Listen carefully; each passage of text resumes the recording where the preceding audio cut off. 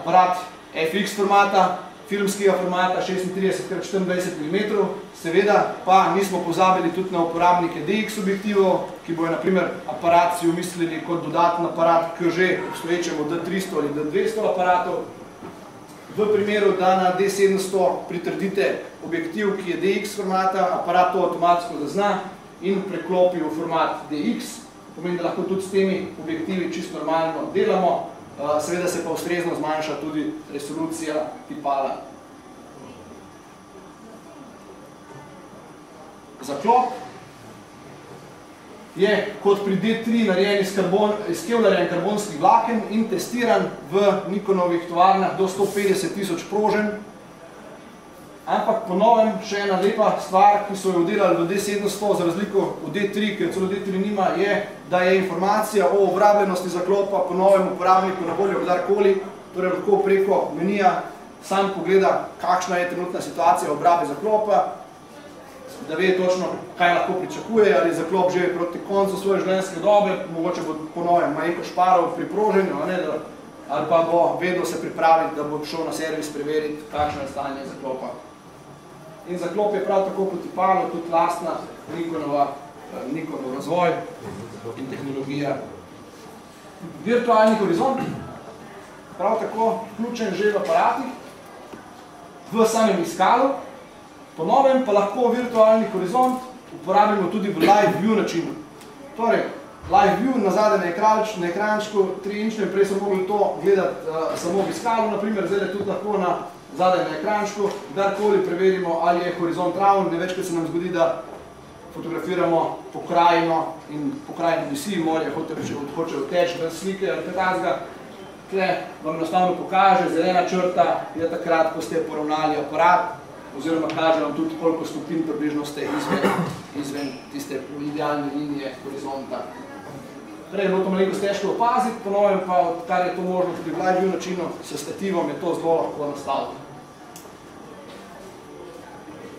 Govoril sem o uporabi energije, ki je predvsem odvisna od XPID procesorja in UDMA prenosa.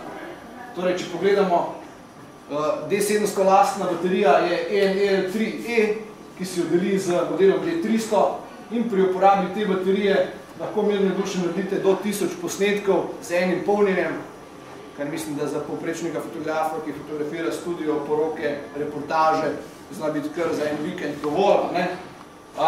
Za tiste, ki pa seveda uporabljajo aparat še več, naredijo več napalnih posnetkov, rabijo tudi hitrost, pa sem že omenil tudi komplet PDK-1 na voljo z dodatnim MBD10 vertikalnim državom, v katerega lahko namestimo ENL4 baterijo, ki napaja drugače modele D3 in s takim kompletom lahko uporabnik potem zajame okrog 3000 posnetkov, točno 2900 posnetkov, seveda je to odvisno od mešane uporabe flasha ali ne, ker D700 ima konec koncev ugrajen flash. 12,1 milijon točk, enako kot D3, potem visoki performance per ISO, 200 do 6400 kalibriranih vrednosti oziroma 25600 high nastavitev, 51-točkovni autofokus, zelo hiter, baterije, čas zagona 0,12 sekunde in kar je najbolj pomembno mogoče tudi za tiste uporabnike, ki so se odločali ali kupiti D3 ali ne,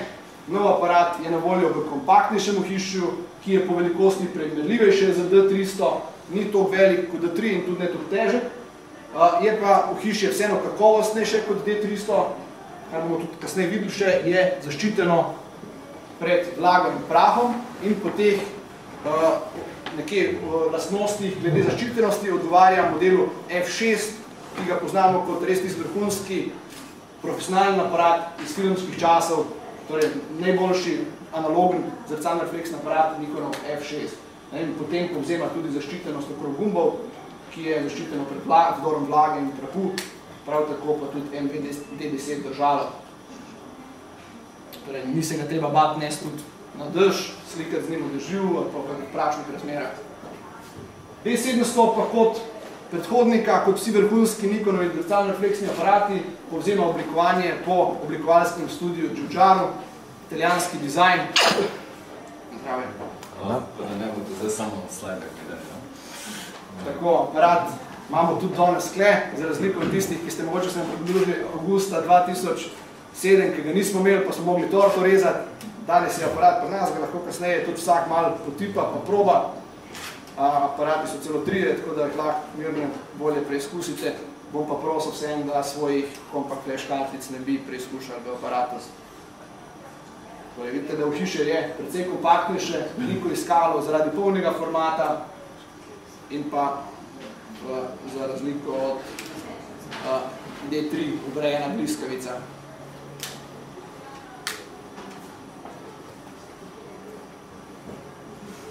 Najlepši podatek, torej kljub predstavitvi 1. julija, pa je to, da bojo naši uporabniki lahko nove D700 kupili že nekje okrog konca tega meseca, torej predviden začetek prodaje je 25. julij in do zdaj nam je še vedno relativno uspelo pripeljati aparate res na ta dan tudi v Slovenijo, tako da verjetno bo aparatov sicer manj, povpraševanje bo zanesljivo večje, kot bo prva dobava, ampak aparat bojo letos lahko uporabniki preizkusili tudi na dopustu na morju. Ne bo treba prav dolgo čakati, da bojo ponosni lastniki. Tudi cena, zelo lepa. Če pogledate ceno D3 trenutno, ki se vrti nekje malenkost pod 5000 evri, oziroma manjšega brata D300, ki je redna nekje prodajna cena okrog 1900 evrov, bo nov aparat ne pretirano dražji, torej kljub temu, da se ponaša s polnim formatom, 2600 evrov je predvidena malo prodajna cena v hišja, bo se pa prodajal tudi v kombinaciji, sicer ne s tem objektivom, ki je zelo gor, ampak z VR objektivom 24-120, ki je tak zelo namenski objektiv za poln format, torej pokrije od širokega kota do nekega relativnega teleformata.